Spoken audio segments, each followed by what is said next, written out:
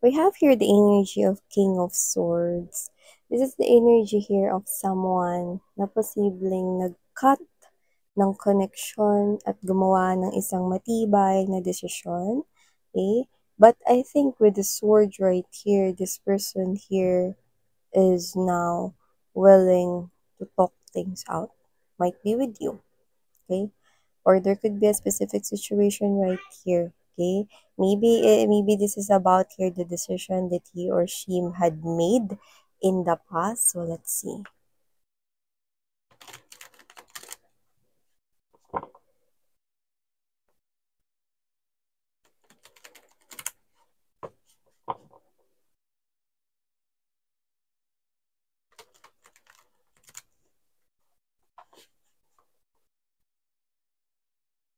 It could be related to something that ended with the world card. Because I'm seeing two people right here who drifted apart from each other. Ibig sabihin, posibleng iba yung mundo niya, tapos iba yung mundo mo. So, posibleng naging isa na rin minsan yung mundo ninyo before, pero ngayon nakita ko rito that you've drifted apart from each other. Yan. So, ano na nga bang kahahantungan nito? Yun.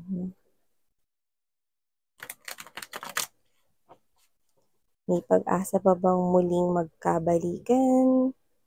But I'm picking up the word ayos. Parang, ano ba to? Kailangan mo nang may ayusin bago makipagbalikan o ano ba? Alamin natin.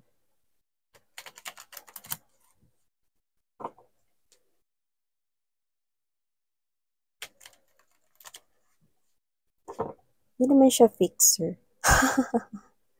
Pero maaaring meron siyang gustong i-fix. Yan, no? Isa na naman pong joke ang namaalam sa ibabaw ng earth.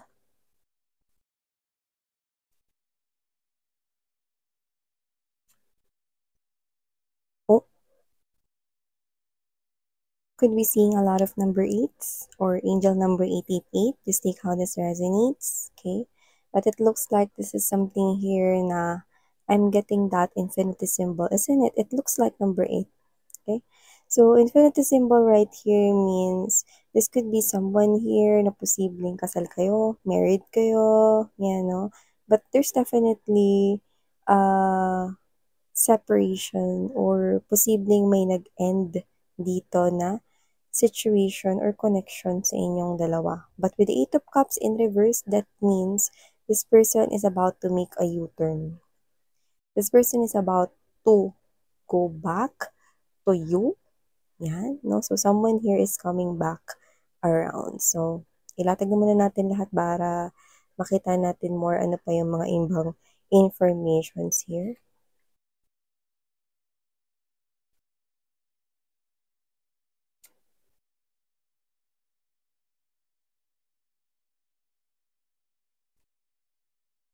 Yeah, definitely. The heart of the reading is the full card energy. Someone who wants a new beginning is about to take risks right here. Someone who is now ready to fight.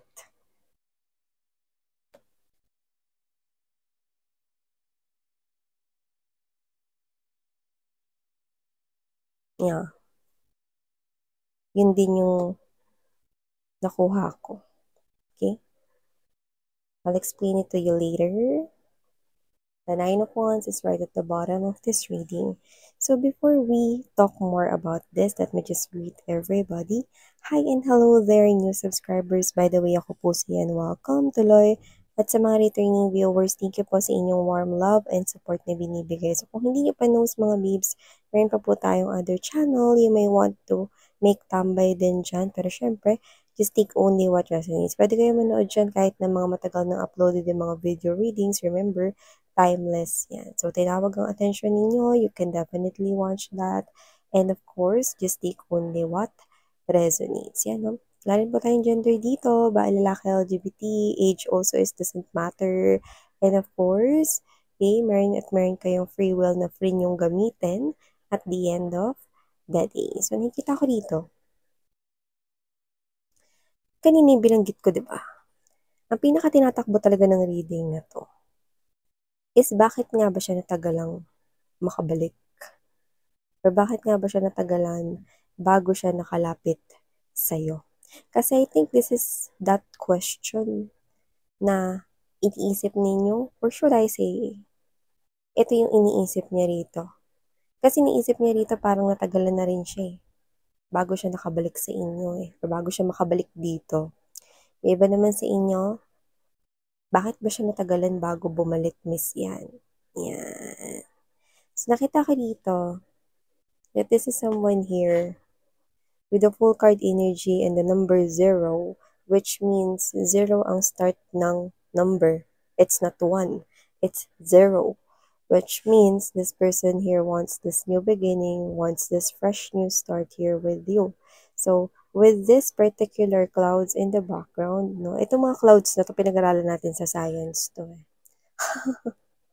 So, dito nakita natin mga babes, no, na maaliwalas yung clouds dito. Yung mga maaliwalas na clouds, no, cumulus clouds ang tawag dyan, no, yung para naman na parang mga nadaanan ng hangin ng mga maninipis na clouds, tawag dun ay cirrus clouds. Okay, get one for Cheetah Pad people.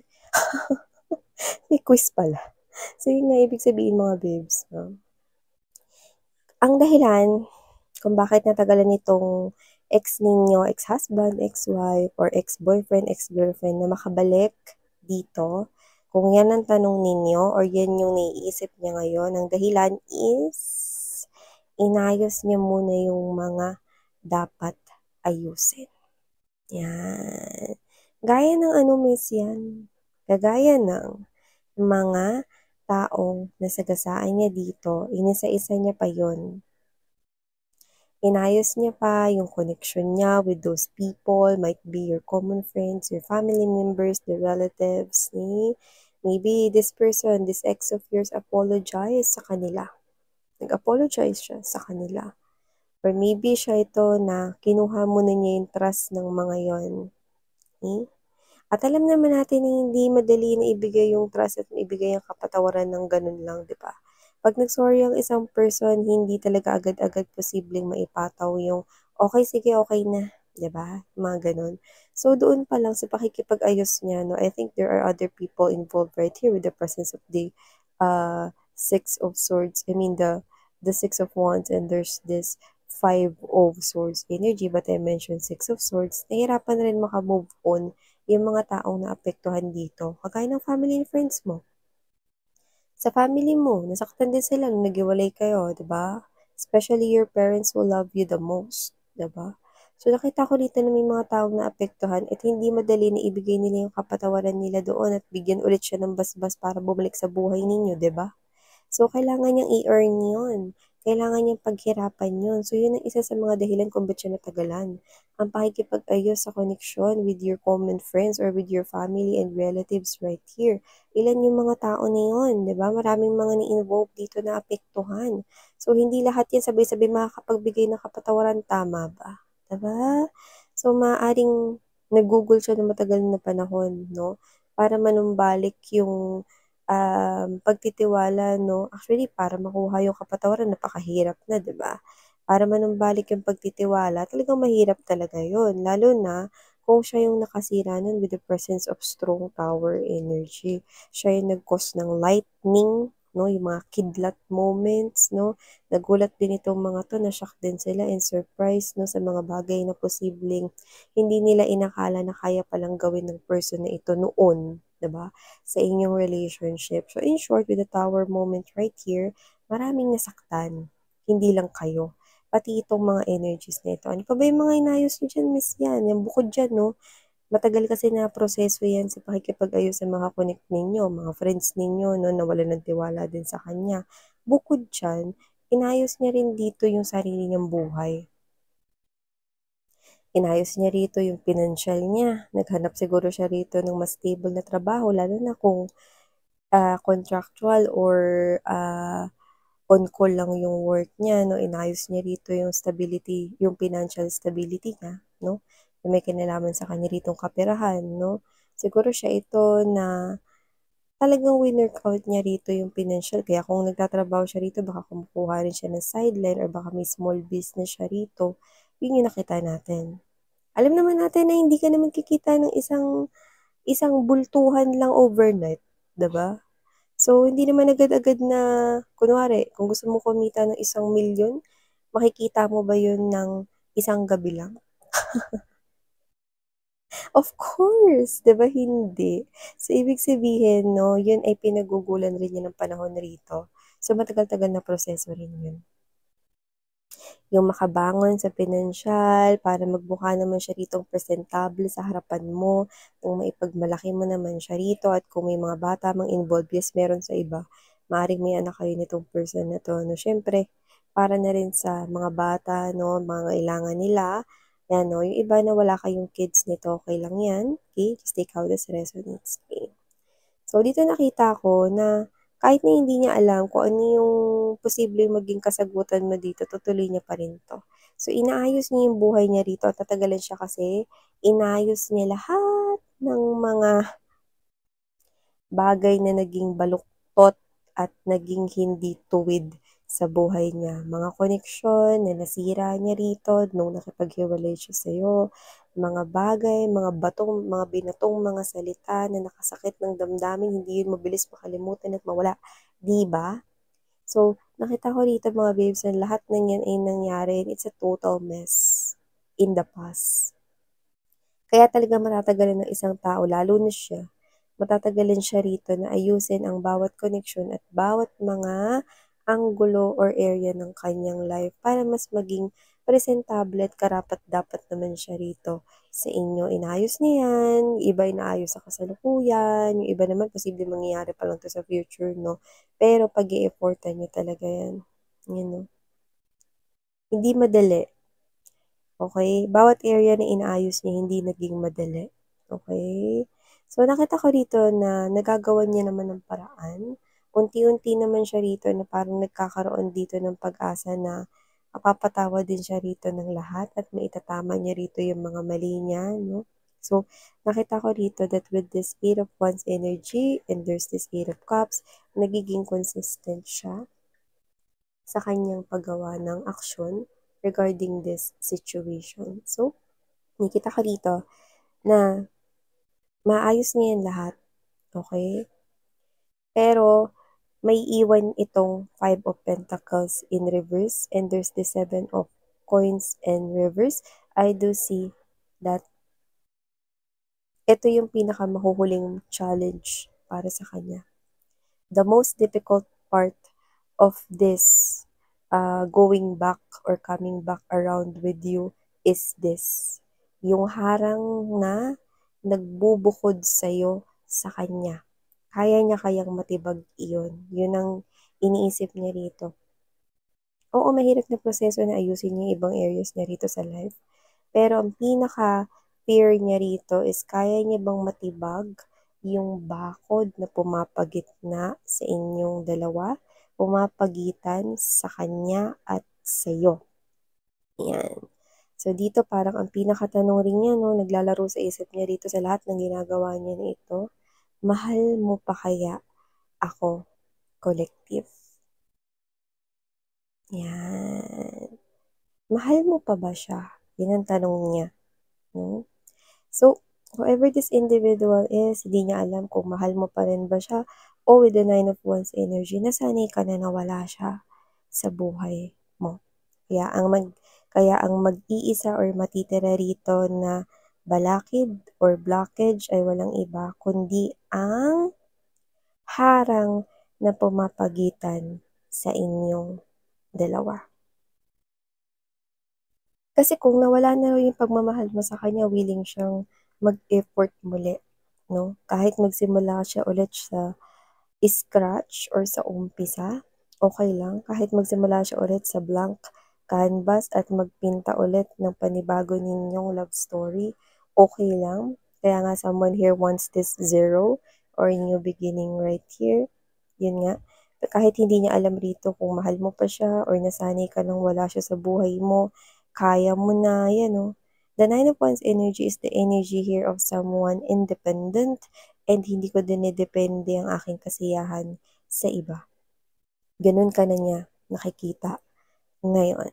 So, ikaw lang ang tanging makakasagot kung mahal mo pa ba siya or kung mahal mo siya, sapat pa ba yung pagmamahal mo, o nasanay ka nang wala siya at kaya mo na, eh, na hindi dumepende kahit hindi sa kanya, no? Kundi kaya mo lang dumepende sa sarili mong lakas, kakayanan. Okay? So, nakikita ko dito na itong person na to, no, is kaya siya natagalan, it is because all of these things. Kasi there's this big question popping out in your mind. Bakit ngayon lang, Miss Yan? Anong dahilan? Bakit siya natagalan? Yun. Ayun nga yun, babes. Natagalan siya dito kasi hindi dahil traffic. Okay? Kumbaga sa ano, hindi problema ang ticket, hindi problema yung mga dadalhing mga damit, no? Ang nakikita ko rito na problema is yung malaking gusot or gulo na ginawa niya noon. Pero nakikita ko na nag-effort talaga siya ayusin ang connection niya with your loved ones dito. But the thing here is, itong mga loved ones na to, no, di ka nag-guarantee, diba? Na, como nakiayos ka sa amin, hindi namin magagarantiya na kaya naming kontrolin ang isipan at puso ni Collective.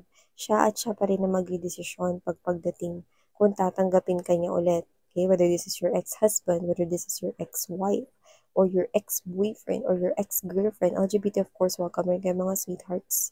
Okay? Whoever this person here is in your life, this person is about to make a U-turn right here. Natagalan siya dahil inaayos niya pa ang lahat ng areas ng buhay niya just to be presentable sa harapan mo at mas karapat-dapat na ma-receive ang kapatawaran at hopefully tsansa, no? Na muli kayo rito maging kayo. Sabi ko nga sa inyo, at the end of the day, kayo't kayo pa rin na magdidesisyon dito. Okay? It's your heart, it's your mind, it's your call, it's your decision to make. Okay? I know you're matured enough and you learned a lot about this person. That's why he or she is thinking that you are very independent now. You do not rely with anyone else just to make you happy. Yeah. And I think that is your strong points. Okay? So, thank you so much mga babes. Yan. Ako po ulit si Yan. Thank you so much. Sarang Heo. Love and light. Annyeong.